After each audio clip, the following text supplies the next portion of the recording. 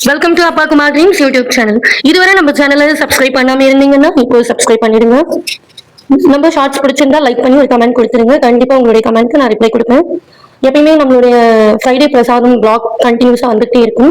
இன்னைக்கு என்ன பிரசாதம் அப்படின்னா ரவா பாயசம் வித் சுண்டல், கருப்பு சுண்டல்.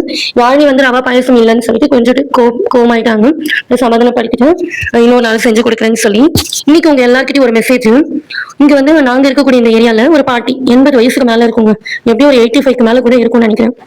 வந்து குப்பையில இருக்கக்கூடிய வேஸ்ட் எல்லாம் பொறுக்கிட்டு போவாங்க. அதை வந்து கடையில போட்டு அது மூலயமா அவங்களுடைய வாழ்வாதாரத்தை பாத்துக்கிறாங்க.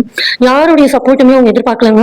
இங்கேயே இந்த சைட் வரும்போது கூட யாருக்கிட்டையும் சாப்பாடோ தண்ணியோ இல்ல ஏதாவது காசு இது வரைக்கும் கேட்டு நான் பார்த்தது கிடையாது. இன்னைக்கு நான் அவங்கள பாத்துக்கிட்டே இருந்தேன். அவங்களும் என்ன பார்த்தாங்க. அந்த குப்பையெல்லாம் பொறுக்கிட்டு இருந்தாங்க. இன்னைக்கு நானாவே கேட்டேன், பாட்டி ஏதாச்சும் வேணுமா, எனக்கு எதுவும் வேணாமா அப்படின்னு சொன்னாங்க.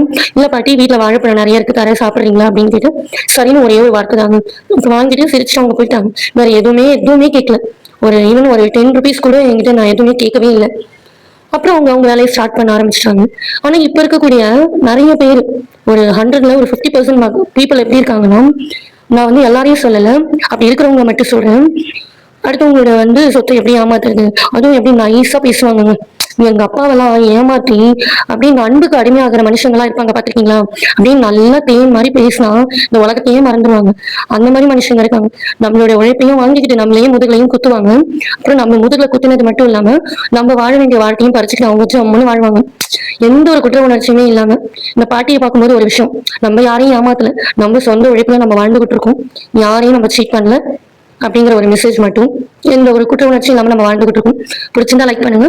பூஜை பண்ணியாச்சு. யானையும் டேஸ்ட் நல்லா இருக்குன்னு சொன்னா அம்மாவுக்கு எடுத்துட்டு கிளம்பிட்டேன். கொடுத்துட்டு கிளம்பிட்டோம். அம்மா வந்து ஸ்ரீக்கு வந்து தலையெல்லாம் சீவி விட்டுச்சுனாங்க. அப்புறம் மாதேஷ் பார்த்துட்டு அங்க இருந்தா நாங்க கிளம்பிட்டோம். நம்ம ஷார்ட்ஸ் கண்டிப்பா பிடிச்சிருந்தா லைக் பண்ணுங்க. அம்மா வந்து எனக்கு பதிலுக்கு வேற ஒரு ஸ்வீட் செஞ்சு கொடுத்தாங்க. எடுத்துட்டு வீட்டுக்கு வந்துட்டு நெக்ஸ்ட் வீடியோல பார்க்கலாம்.